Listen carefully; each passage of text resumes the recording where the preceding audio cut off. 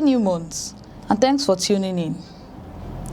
Nigerians' debate over the creation of state police has entered a new and more controversial phase.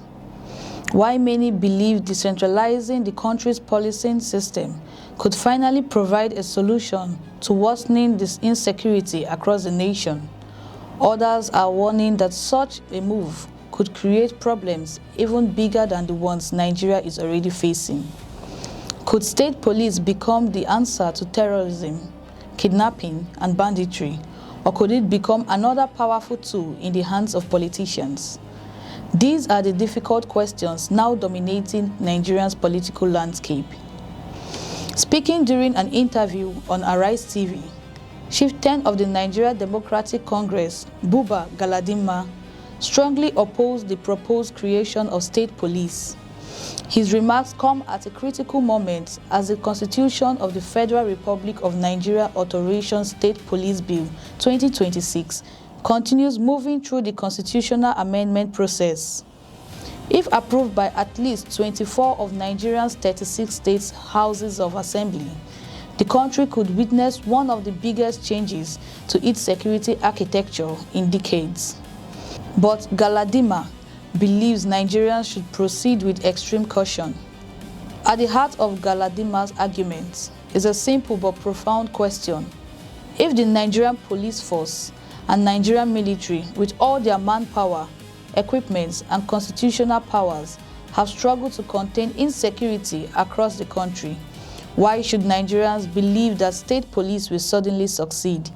According to him, simply creating another policing institution does not automatically solve the deeper issues affecting national security. He argued that insecurity is far more complex than organizational structure and requires comprehensive reforms that go beyond changing the chain of command. Nigeria has spent years battling multiple security threats simultaneously. In the Northeast, insurgency continues to challenge security forces despite years of military operations. In the Northwest and North Central, communities continue to face bandit attacks and mass kidnappings. In the part of Southeast, separatist-related violence have created fresh security concerns, while kidnapping and armed robbery remain major issues in several southern states. With these challenges persisting, despite the presence of the federal security agencies, Galadima believes Nigeria should carefully examine whether creating state police addresses the root causes of insecurity or merely changes who gives the orders. Perhaps the strongest warning Galadima issued during the interview concerns politics rather than policing. He alleged that state police could be exploited by political leaders during election periods.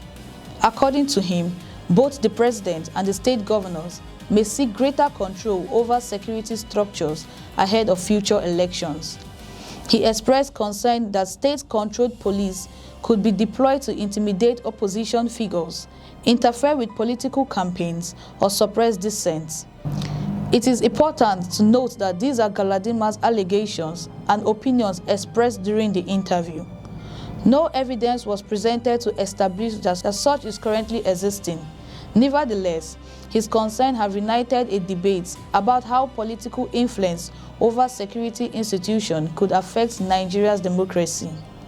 To explain why he holds this view, Galadima referred to Nigeria's political history. He recalled the era of the Native Authority Police, a policing system that existed before the country's present structure. According to him, local authorities allegedly used those police units to harass political opponents during election periods. He claimed that opposition supporters were sometimes arrested on major allegations or detained until election had passed, effectively preventing them from participating in the Nigerian democratic progress. Whether those historical experiences would necessarily repeat themselves today remains open to a debate, but Galadima believes history offers an important lesson that policymakers should not ignore. Another concern raised by the veteran politician relates to Nigeria's ethnic and religious diversity. Nigeria is home to hundreds of ethnic groups and multiple religious communities spread across 36 states. Galadima argued that if police state recruitment becomes dominated by one ethnic or religious group within a particular state, citizens from other parts of the country could begin to feel unsafe or excluded. He warned that such a development should undermine one of the core principles of Nigeria's constitution, which guarantees every citizen the freedom to live, work, and conduct businesses anywhere within the Federation without discrimination. Could decentralized policing unintentionally deepen divisions rather than strengthen national unity? It is a question many constitutional experts are also asking. Supporters of state police, however, present a very different argument. They say Nigeria's centralized policing system is overstretched and no longer capable of effectively protecting a population of more than 200 million people. They argue that governors, despite being described as chief security officers of their states, lack operational control over the police operating within their jurisdictions. According to proponents, locally controlled police force would understand their communities better, gather intelligence more effectively, and respond more quickly to emerging threats. They believe security challenges differ from one state to another, making a one-size-fits-all policing model increasingly difficult to sustain. This difference in opinion highlights the complexity of the debate. On one side are those who believe decentralization will improve accountability and strengthen community policing. On the other hand, the critics like Galadima who fear the abuse of power and political interference. Both sides agree that Nigeria's security situation requires urgent attention. Where they disagree is on the best path forward. Should Nigeria invest in strengthening its existing federal police force with better funding, training, intelligence gathering, and modern technology? Or is it time to fundamentally restructure policing by giving states greater authority over security within their borders? As the constitutional amendment process continues, lawmakers and state assemblies face an enormous responsibility. The decision they make will shape Nigeria's policing system for generations. Whatever the outcome, Nigerians will expect reforms that improve public safety while protecting civil liberties, democratic institutions, and national unity. Creating state police alone will not automatically eliminate terrorism, kidnapping, or banditry.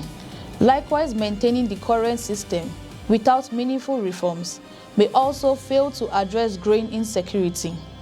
The challenge is finding the right balance between efficiency, accountability, and constitutional safeguards. Ultimately, the debate is bigger than politics. It is about the future of Nigeria's security, democracy, and unity. Every Nigerian wants to live in a country where families can travel safely, children can attend schools without fear, farmers can cultivate their land peacefully, and businesses can operate without constant security concern. Whether the state police becomes part of the solution remains one of the most important constitutional questions facing the nation today. What do you think? Will state police strengthen Nigeria's fight against insecurity, or could it create new risks that outweigh its potential benefits? Share your thoughts in the comment section below. And if you find this report informative, please share it so more people can participate in its important national conversation. I am Chimezrim Okoro, and do have a blessed day.